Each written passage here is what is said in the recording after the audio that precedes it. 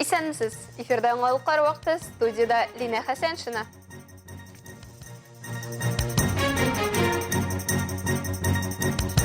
Гомум шәһәр планеркасында нинди темалар каралды? Әлмәттә беренче китап фестивале узды. Бөгелмәгә футбол яратучылар җыелды. Колабызда яңа юл транспорт һәлакәте теркәлгән. 5 августта 14 сәгать 47 минутта базовый урамы 7А йорты каршындагы ГАЗ-2834 ДЕ йөртүчесе юл киселешендә сулга борылган вакытта Yamaha UZF R6 мотоциклында килүчегә юл бирми. 1996 елгы мотоциклчы Объездная урамыннан Шевченкога таба барышы була. Нәтиҗәдә нәкъ менә аңа зыян килә. Мотоциклчыны Әлмәт хастаханәсенең травматология бүлегенә озаталар. Татарстан Республикасы буенча Эчке эшләр министрлыгының дәүләт автоинспекциясе 7-13 август көннәрендә республиканың бөтен территориясендә мотоцикл оператив профилактик чарасы үткәрелүен хәбәр итә. Аның максаты ике тәгәрмәчле транспорт йөртүчеләре гаебе белән килеп чыккан юл транспорт һәлакәтләрен кисәтү, аларның нәтиҗәләренең авырлыгын киметү, юл транспорт һәлакәтләрен тупас бузуларга юл куймау. Мотоцикл операциясы кысаларында автоинспекторлар мототранспорт йөртүчеләренең юл хәрәкәте кагыйдәләрен бузуларын тикшерәчәк. Шулай ук саклагыч экипировка куллануны һәм әлеге категория транспорт чаралары йөртүчеләренең куркынычсызлык чараларын үтәвен пропагандалаячак. Әлмәт муниципаль районының гомум шәһәр планеркасы атна дәвамында булачак масштаблы чараларны оештыру мәсьәләләре буенча фикер алышудан башланды. Ул район башлыгы Тимур Нугуманов җитәкчелегендә узды.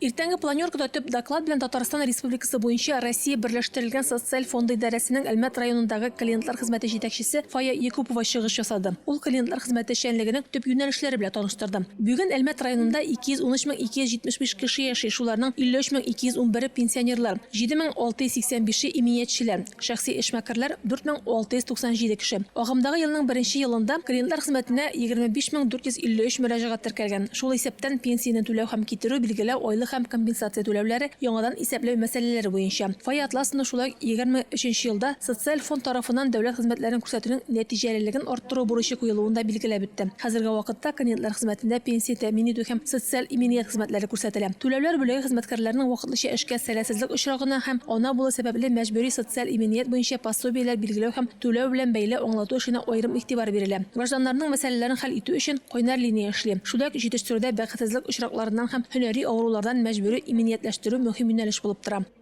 За 6 месяцев 2023 года поступило в бюджет социального фонда более 182 миллионов рублей. Доходная часть бюджета выполнена на 103%.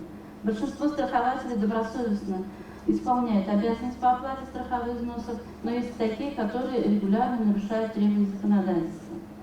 Самую большую сумму задолженности от общей суммы недолики сегодня имеет сельское хозяйство, строительство, транспортные услуги и другие отрасли.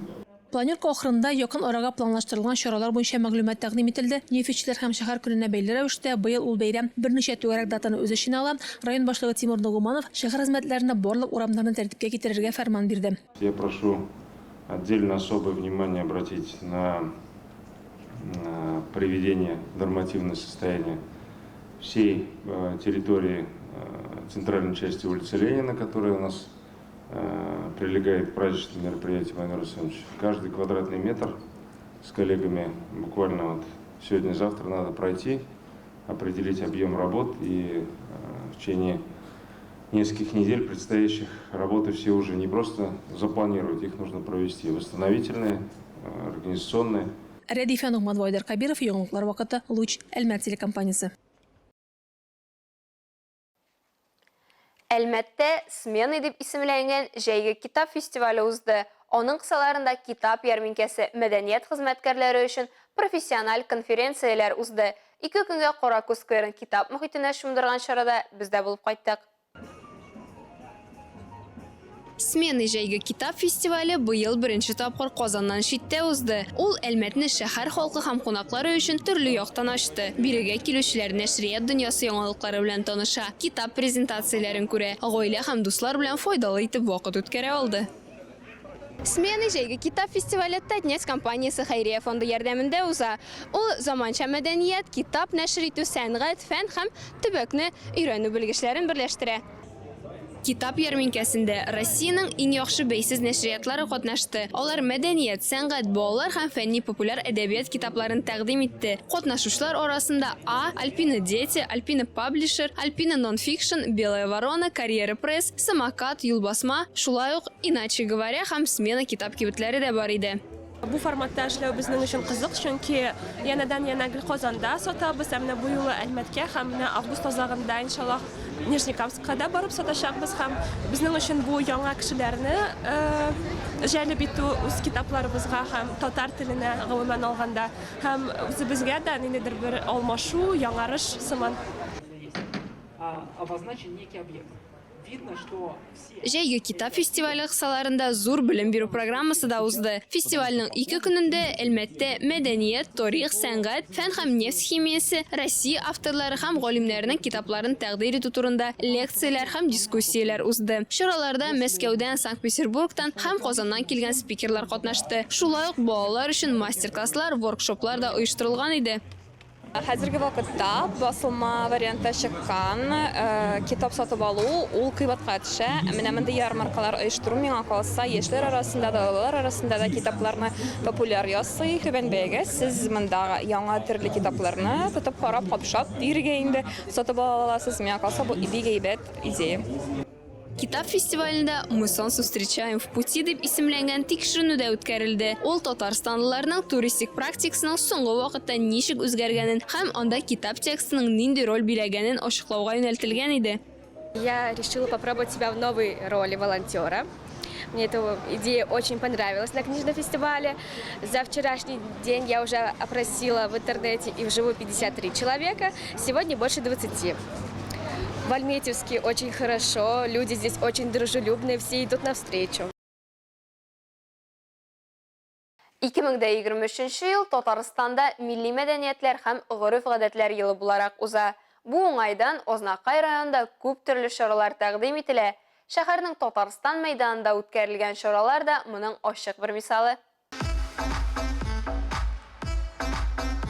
Мәдәни фест Ознакайлылар өчен һәм килгән кунаклар өчен әзерләнгән ял программасы шул исем астында узды. Сәхнәдә халык җырлары, биюләр, автор шигырьләре белән район үзешчәннәре чыгыш ясады.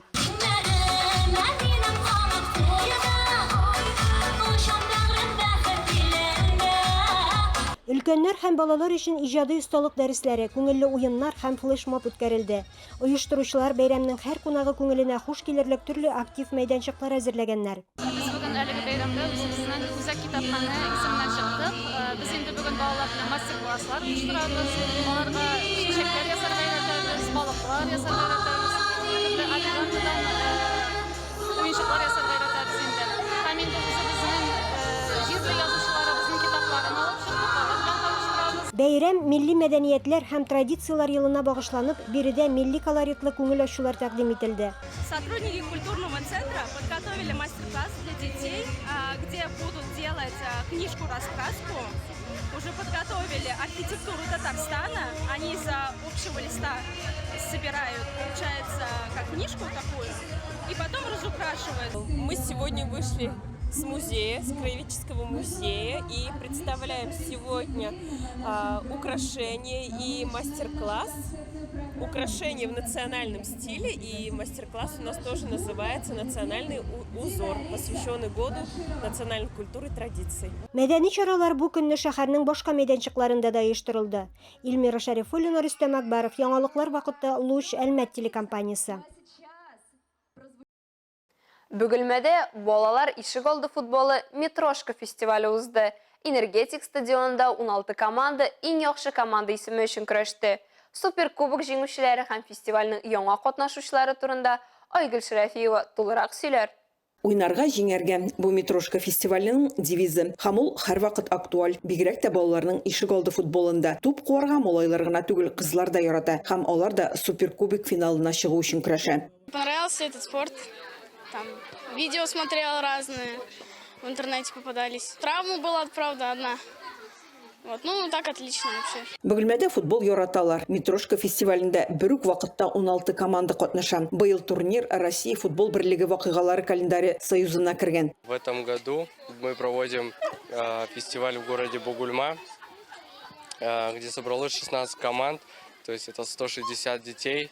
Вот, а вообще в Митрошке участвует более 8000 детей. Игра проходит очень волнительно, жарко, то есть прям дети борются за звание победителями и обладанием суперкубка. Актүбә бистәсе командасы узган елгы җиңүче, әмма шуңа карамастан фестивальгә әзерлекне күптән башлаганнар алар. Быелгы уенга 100% әзер. Тренировкаларны кыш көне дә калдырмадык диялар. Настроены на победу, думаем, пройдем, так как и в том году финал, ну и победим первое место, и будем участвовать уже в другом городе со сильными командами. Митрошка бу яшь футболчыларны сынау урыны ди тренерлар. Бирдә профессиональ командаларга хәвәскәр спортчылар каршы тора. Ел сайын алар арасында көч сынашу чын ирләрчә көчле куәттә бара. Конечно же, для ребят это всегда как бы определенный вызов, даже в этом возрасте. То есть им хочется показать все свои лучшие качества, хочется выиграть, конечно же, хочется завоевать призы, какие-то подарки, какие-то титулы, то есть все как у взрослых. Бөгелмәдә энергетик командасы футболчылары чемпион булды. Көмеш медаль Планета һәм Торнадо командасында, бронза исә Олимп белән Электрон командаларында. Агыл Шәрәфиева, Зирак Сәйдкулов, яңалыклар вакыты, Луч Әлмәт телекомпаниясе.